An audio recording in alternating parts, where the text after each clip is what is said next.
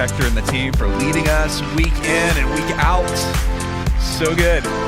So good. Y'all doing all right this morning? Good Thanksgiving? Anybody gain the typical 8 to 10 pounds over this week? Not afraid to admit it?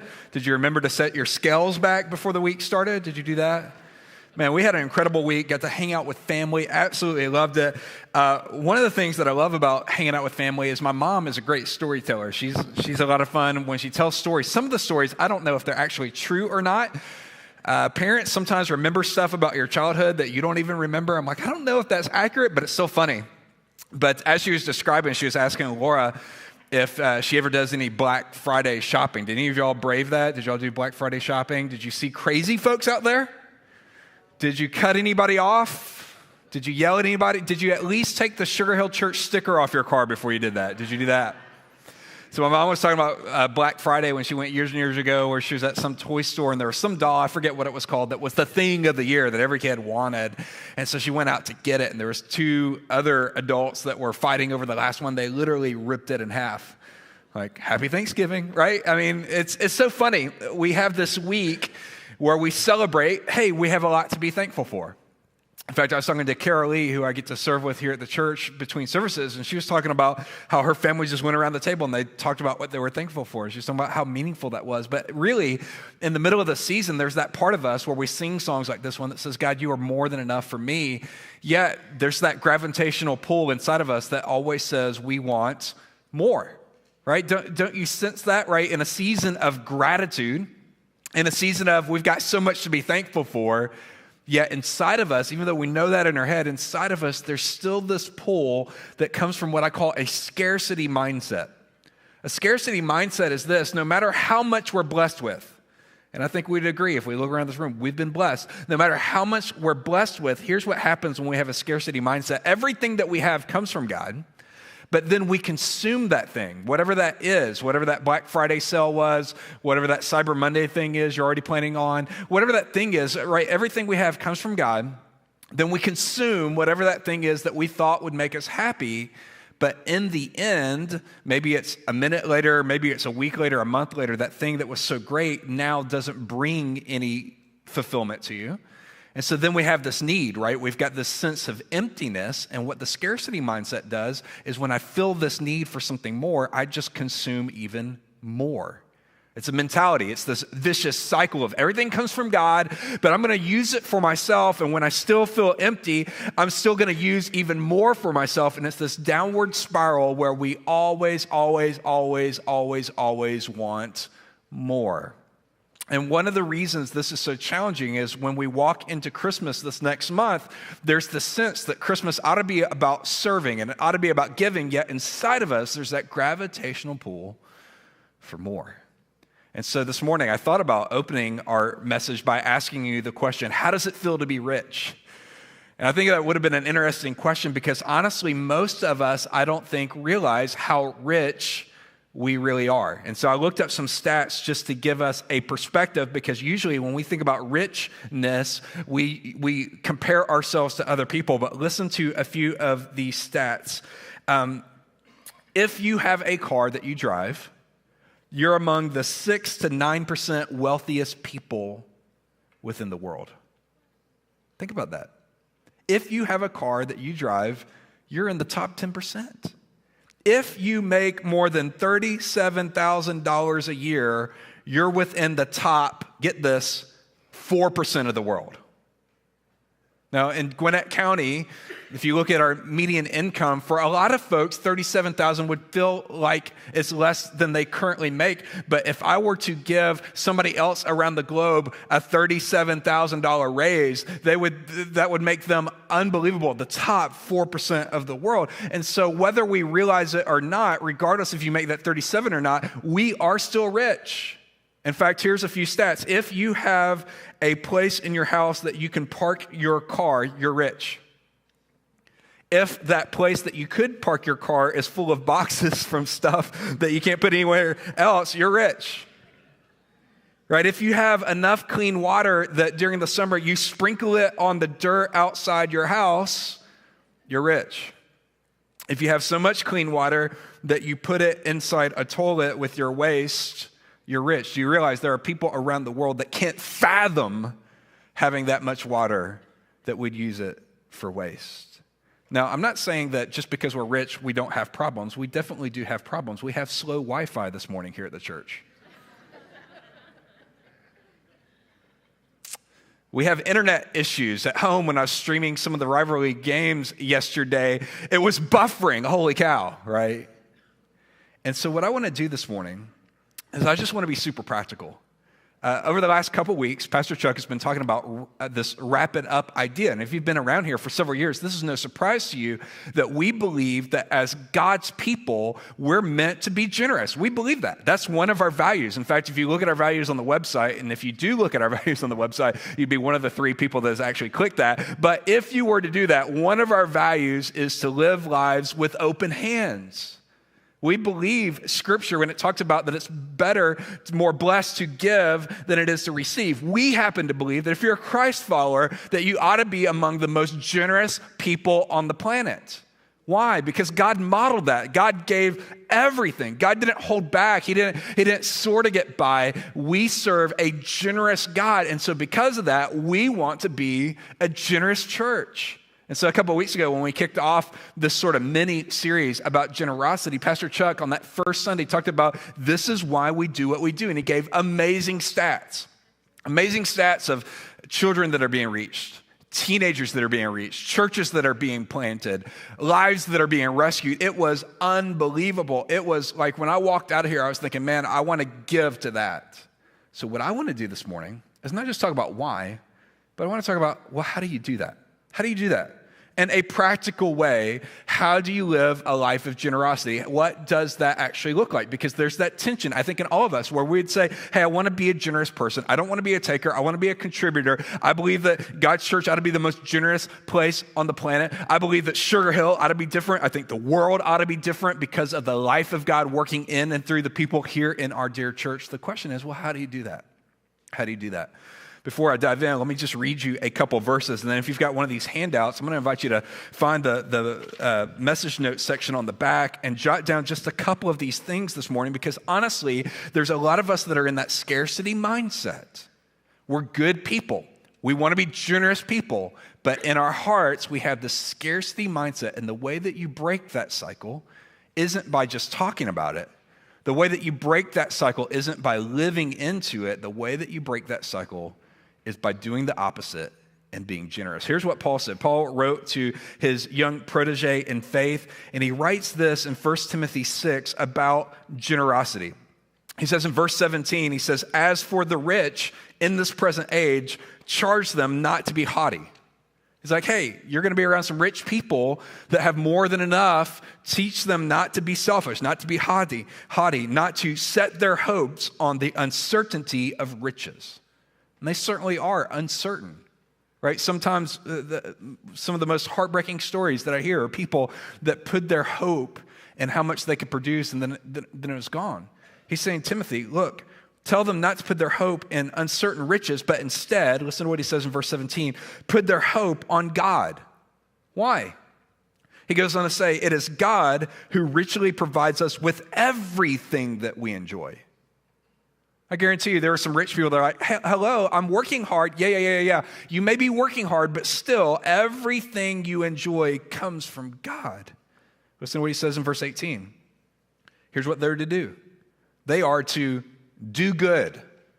They're to be rich in good works.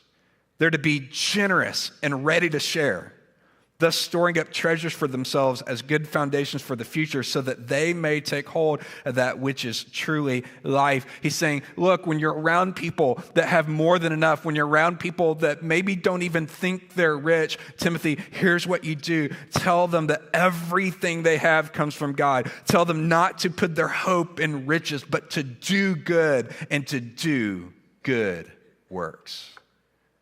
Well, how do we do that? There's a lot of different ways to give. So if you have the handout today, let me give you 3 simple ways. Again, this is just meant to be practical. This is meant to be helpful. And the first way that we can be generous and the first way that we can give with open hands instead of closing our fists and saying, it's about me. How do we give with open hands? The first way is, number 1, to give spontaneously. to give spontaneously. This is when you're not necessarily planning on it. This is when it's not necessarily in the budget.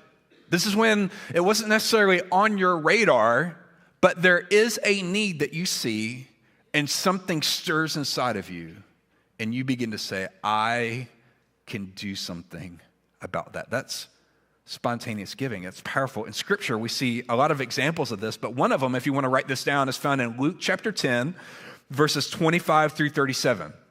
This is the story, this is the teaching about the Good Samaritan. When this lawyer in the crowd asks question, hey, teacher, what must I do to inherit eternal life? And Jesus goes on to talk about neighbors, and he tells the story. If you don't know the story, it's about this Jewish guy that's traveling down the road. He's on his way somewhere, and he gets mugged by somebody.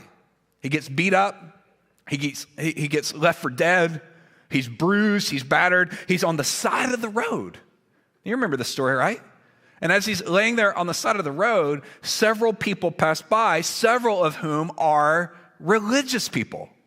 And so these different religious people come up to this guy that has a massive need. He's basically left there to die. And do you remember what they do in the story? They end up crossing the road to the other side. Now, there's a lot of debates about why they did that. Was it justified? All this stuff. But they saw this need. They're like, I don't have time. I can't get my hands dirty. I'm on my way to something that I've got to be clean, whatever that is. And every single time they cross over on the other side and they just keep moving. But then, so Jesus is telling this story and Jesus says, but a Samaritan shows up. Now, this is a big deal. If you were in the crowd that day, you would have known that Jewish people and Samaritans, they don't hang out.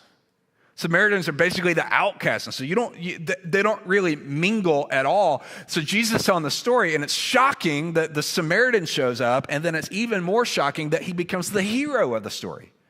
So the Samaritan shows up and he sees this need and he doesn't walk on the other side of the road like the religious people did. He gets down on his hands and his knees. He helps this guy. He binds up his wounds. He puts him up on his donkey. He takes him to a local hotel. He says to the innkeeper, hey, look, I got to keep traveling, but here's enough money to take care of this guy for a couple of days. I'm going to be passing back through. If you spend more money, I'm going to pay you back. He's a guy that saw a need and said, I can meet that need. And the people in that crowd, when they heard Jesus say that, would have been shocked by it. The Samaritan didn't get up and say, you know what, today I'm going to see somebody beat up on the road and I'm going to reach out to him. No. He didn't necessarily plan that, but he got up and he realized everything I have comes from God. I'm grateful that God has given it to me. And so God, if there's a need that I can meet, sign me up. That's a great way to give spontaneously. And we've seen that a lot in our church. If you've been around here this fall, we've gotten to celebrate spontaneous giving in a big way. There's just a few examples. One of them is back in October, just a little over a month ago, we had what I call a Care for AIDS Sunday. So if you've been around here, we've been partnering with a church in West Kenya, in a little town called Kisumu, and we've been partnering with Nylinda Baptist Church. Nylinda Baptist Church. In fact, they worshiped just a few hours ago, and they are amazing. But over the last 6 years, every year, we've been able to help 80 patients that have HIV or AIDS.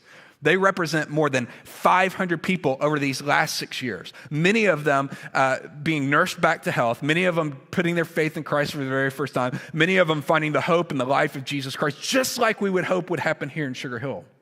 They're experiencing it in Kenya because our church has a heart for that and has built that into the budget. But let me just be honest with you. There was a season when we wondered, hey, do our folks even appreciate that? Because honestly, it's one of those things that was in the budget, but not if you're new around here, you didn't really know that was happening. You just assumed that whenever you gave to the budget, it just went to stuff in this room or to the power bill or whatever. You didn't realize that it was earmarked to help other people as well.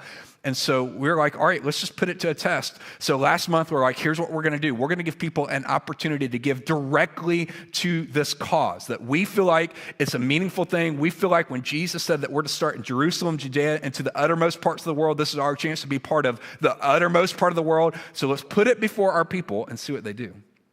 Now, I got to be honest, I showed up nervous because I've been to Kenya 3 or 4 times. I've seen these people eyeball to eyeball. I've been in their home. I've seen them when they're really sick. I see them once they've been through the program and they're really well. I've seen the joy. I've seen the gospel at work in their community. And honestly, I showed up lacking faith, I was worried that when we gave the opportunity to give, that it would barely happen. Can I just be honest with you? My mind was blown. Because after that Sunday, within the 7 days of that Sunday, you guys gave over $26,000 towards that cause. Man, that'd be an okay time to celebrate. Can we do that? Can you just, 26? Are you kidding me? Are you kidding? $26,000 says we care about the 80 families that are starting this month in that program. And because of that, at the end of August, Lord willing, we're going to be able to take a team and we're going to be able to go over to Kisumu and we're going to be able to be in the room when those 80 families finish the program, and they don't just get by for a year. They have 25 plus years added to their life because you guys, we gave spontaneously. I think that's awesome. Yeah. Another great example of this, is we're like, all right, that's great around the world, but what about at home? And so the Path Project, if you weren't in here at the beginning of the service and saw the video, you need to check it out online. We're going to post it on our Facebook page. But the Path Project, a community less than a mile here from our church, where the dropout rate without help is ginormous. Over 80% of folks probably won't make it through high school. And the stats are staggering that if somebody doesn't graduate, all the other things that tend to happen to those folks that fall within that category is heartbreaking. And so we had this opportunity to get involved in one of our local communities and provide after-school tutoring and walk through life from a very physical but to a spiritual way as well. And so we believed that it was something God wanted us to do, but to be honest, we didn't have it in the budget to do it. Or like, it's one thing to write it in the budget, but it's another thing to have the cash to back it up. We're like, we don't know how this is going to happen, but we believe that it's more blessed to give than to receive. So we're going to go on record and we're going to commit our church to say, hey, we want to be part of making a difference in our own community.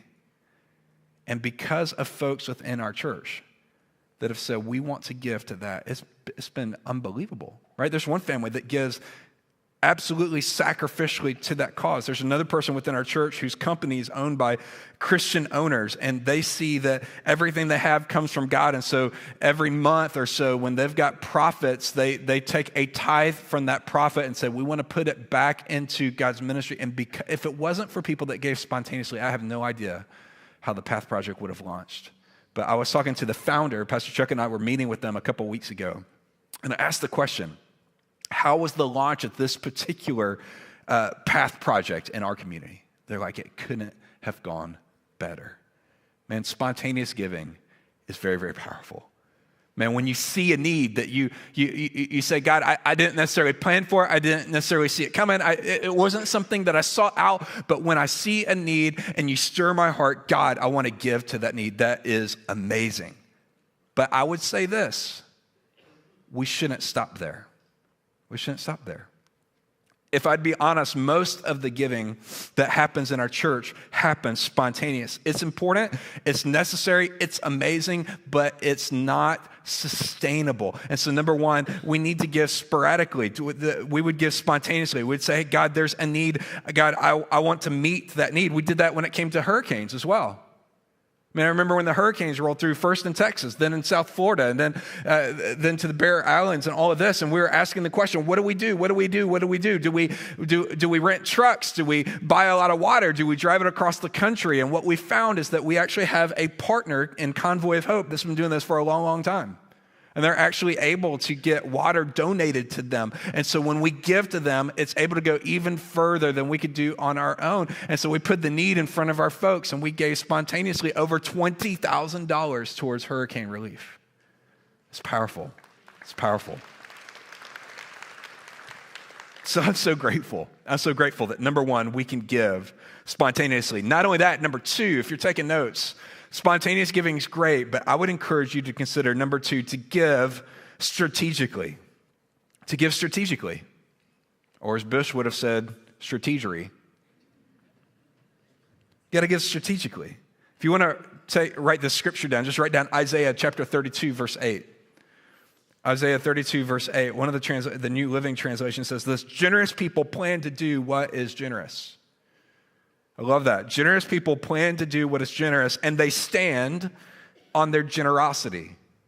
See, sometimes when I hear stories like this, there's that thing inside of us that's like, man, I want to be that way. I mean, sometimes people are like, I want to be more generous. Maybe you're sitting there and you're thinking, man, I wish my company did that, or I wish my family did that. I want to be more generous. And here's the practical response to that is you can. You can be more generous. Any one of us can be more generous because there's a difference between just giving and being generous. Anybody can be more generous, but here's the caveat. We have to plan to do so. Generosity rarely happens by accident. And so when I talk about giving strategically, what I'm talking about is making a plan to say, you know what, I want to be that kind of person that's a generous person. I want to be somebody that gives not just spontaneously, but gives ongoing, because it's that ongoing, sustainable, predictable giving that makes it possible for us to do all kinds of things around here. I mean, it would boggle your mind to know that it takes about $11,000 a month just to keep the lights on around here. It would boggle your mind to think about all the little things that add up to making sure we're able to love preschoolers and children really well week in and week out. That we're able to continue to develop in our student ministry and broaden the impact into our community. It's through the week in, week out strategic giving that we're able to build something that's really sustainable. I love, again, what this says in Isaiah, that generous people plan to do generous things and they stand on their generosity. And so for me, my personal story is I grew up in a home that had that scarcity mentality. I looked around at my family, my extended family, the people around me, and I saw a lot of scarcity kind of thinking where everything came from God and God gave us enough, but we consumed it all. And then when we got empty, we consumed even more. And it started the cycle. I've seen it, not just in my family. I've seen it in people close to our family where they still feel empty and they feel like there's just not enough. But one of the things I'm really grateful for is when I was in middle school, I started volunteering to serve at my home church. And so one of the things I'm sort of a tech nerd. I'm not really a sports guy. I'm more of a tech nerd. And so early on, even in middle school, I started running sound at church. So I would show up and I'd push the faders and turn the knobs and all of this. And because of that, I was around great preaching and great teaching all the time. I mean, I was at hundreds of weddings. I was at dozens of funerals. I ran sound for thousands of services through middle school, high school, and part of college. And I'll never forget, it was a normal, typical Sunday. Honestly, I had low expectations. Like, it's just a normal, routine day. And I showed up at church to run sound, and we had a guest preacher come in. And he talked about being strategic in your giving. And he gave a simple formula. This isn't very heady. This isn't very sophisticated. But he's like, here's a way to think about your money. And again, I'd grown up around scarcity thinking. I'd grown up seeing the stress within my family of scarcity thinking. And he said, here's a simple formula. It's not weighty. It's not heady. It's not very complicated. He said, if all you bring in is considered 100%, I'm like, I got that, right? I can track with that. So 100%. He said, when that money comes in, think of it based on percentages. He said, what if when you got all of your income, you said, all right, here's the first thing I'm going to do. I'm going to set aside that first 10% to give towards God's work. Now, again, I grew up with scarcity mindset. I was thinking, are you kidding me? Right? Shouldn't that be the leftover? Shouldn't that be? And he was like, no. You start with generosity. You're like, everything I have came from God, and so the first that I give, I'm going to give back to God. He said, so if you got 100%, the first 10%, give that to God and God's work. He said, then the second 10%, you need to save for the future. He's like, whether you plan for it or not, there's going to be an emergency. Whether you plan for it or not, there's going to be something that comes up that you didn't expect. And so instead of being shocked by it, plan for it. So the first 10% give towards God's work. The second 10% save for the future, whether you call that an emergency fund, a 401k, whatever, under your mattress, wherever you want to do that, right? First 10% God, second 10% savings, third 10%, if you have any kind of debt, he's like, use that third 10% to pay towards car notes or whatever that is for you. And that leaves you with how much? 70%, right? I'm grateful I grew up before all this newfangled math is going on around here, right? So I got that 70%. He's like, then live off of the 70%.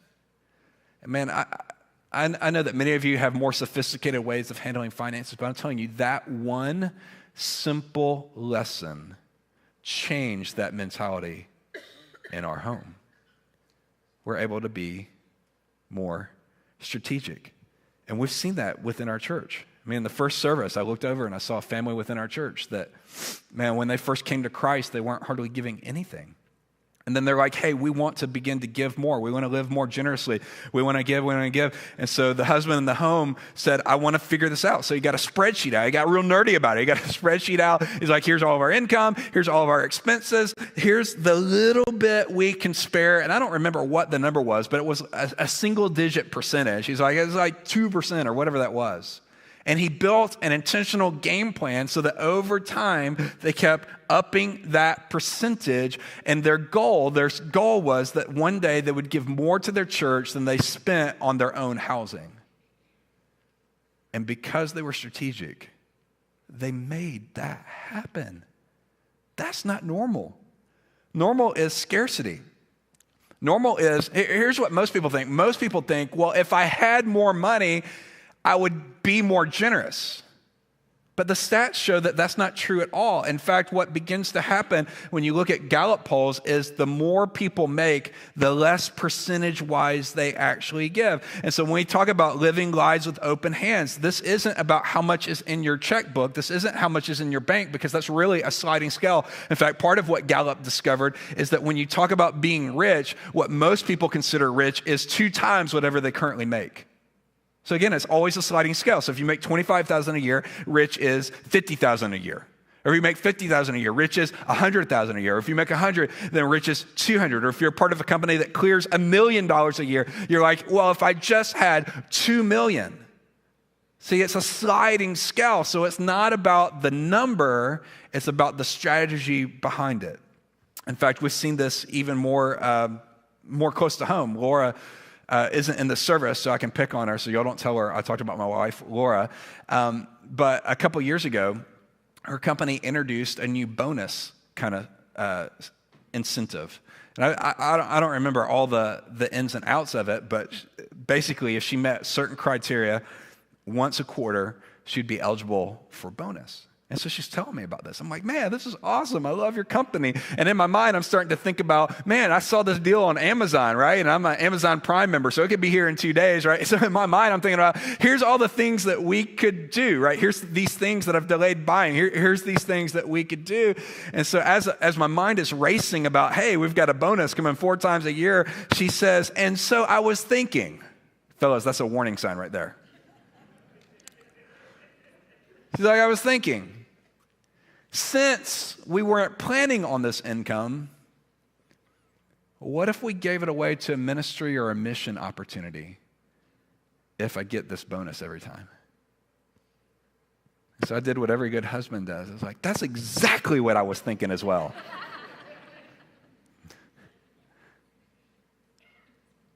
And because of her thinking strategically, from a generous mindset, we've been able to be part of some ministry opportunities that otherwise we wouldn't have been a part of. I'm just saying, man, there's something about planning for it. There's something about saying, man, we're going to be generous people. And the way that you're generous isn't by making more money, it's by doing what is generous. So number one, it starts with giving spontaneously, right? I can't meet every need. I can't give every need, but I can do this thing. I can meet this need. Then number two, it begins to become more strategic. It becomes more predictable. That's why I think it's so amazing that so many people give through the app now. There's a lot of folks that have set up recurring giving, and maybe that doesn't seem like a big deal to you, but for us, as we're making ministry plans and we're given all of these opportunities to expand what we're involved in, it helps us know what we can do, what we can say yes to. It's amazing to begin to think strategically. Right? And to be honest with you, most of the giving that Laura and I do fall into this bucket. We do have some money that we give spontaneously, but what we've done over time is we've found a few strategic things that we want to give to. And that may be different than what you give to.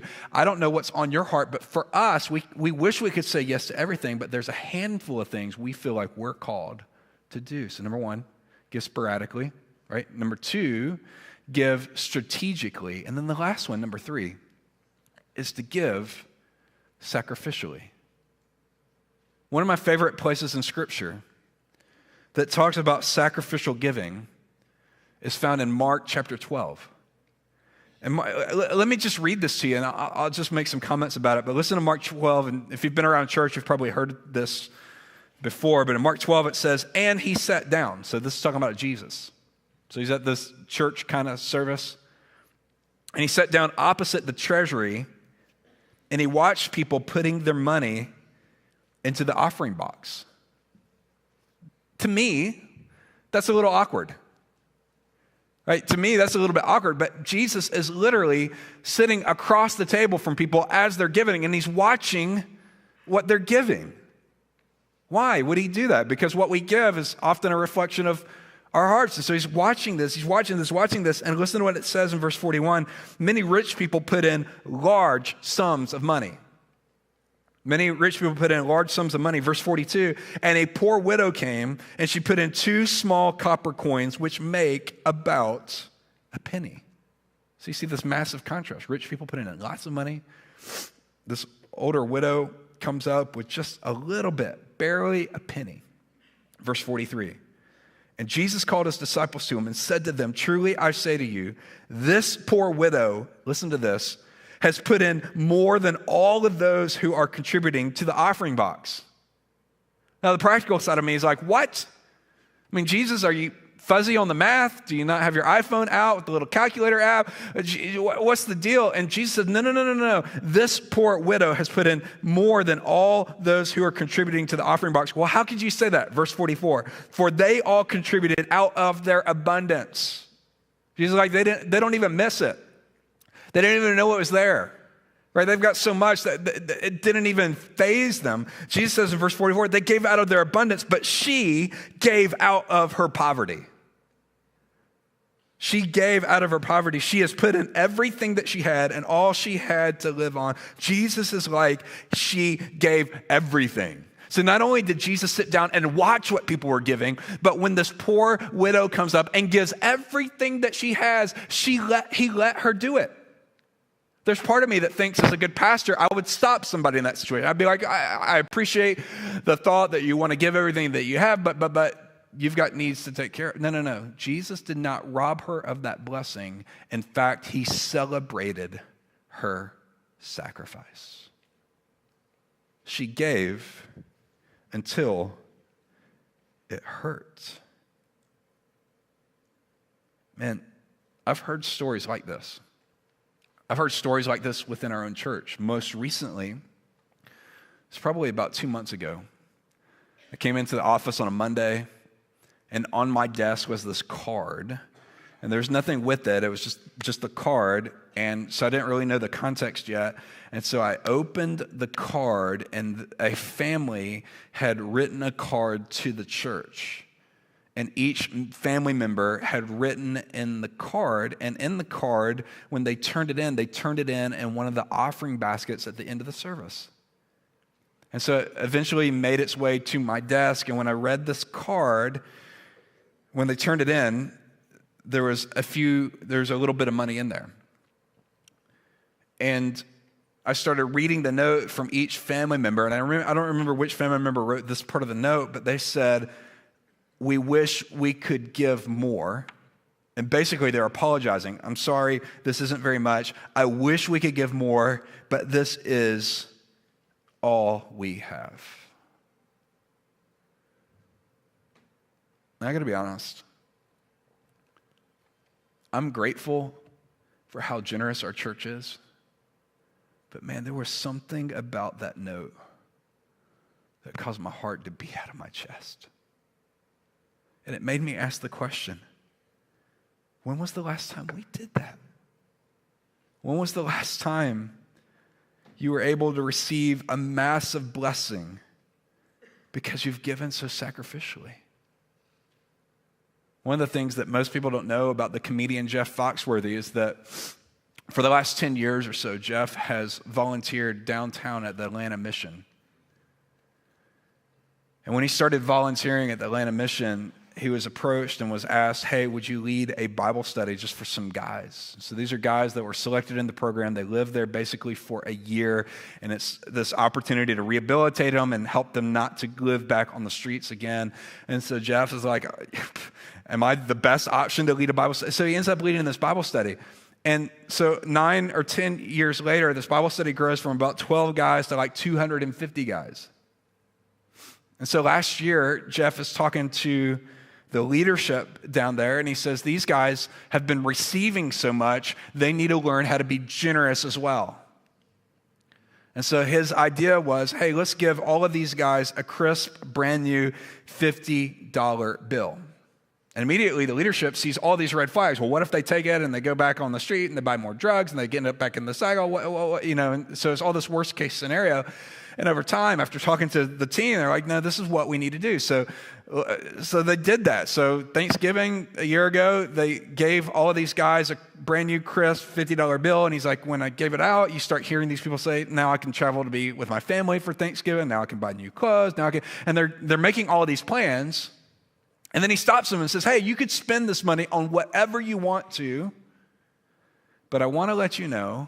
And then he started listing off needs within their own community.